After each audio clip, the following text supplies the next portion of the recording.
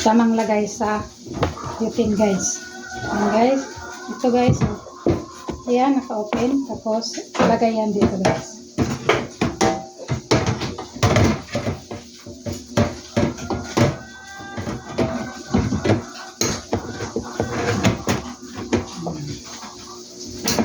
Ayan, kalak na yan guys. Ayan.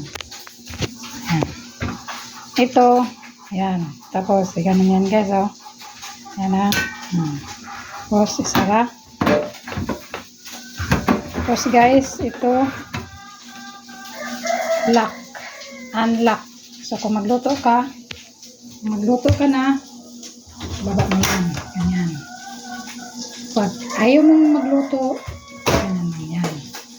Hindi ito sindi-sindi lang ito guys, hindi. Sindi-sindi lang ito siya. Ayan. Tapos ngayon guys, ayan, nakalock na yan. Ayan, naka-off na. Ayan. Ayan guys. Anytime makaluto kayo dito, konti-konti lang, pero hindi yung madami kang maluto. Itlog, side up, pritong bula.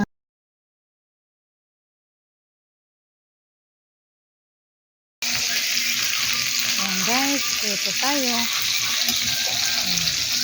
Kahit ito nang magluto ka. Yung pagluto ko dyan guys, parang tubol yan. Tubol, pero bakit? Pwede yung sinaga, ang style niya, pwede yung prito, ganun siya. Kasi hindi makakaya ng ayan. Ang ganda talaga yun. Ang ganda talaga yun. Ang style talaga.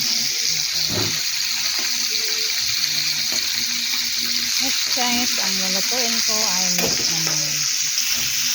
Yan lang guys. Salamat sa panood.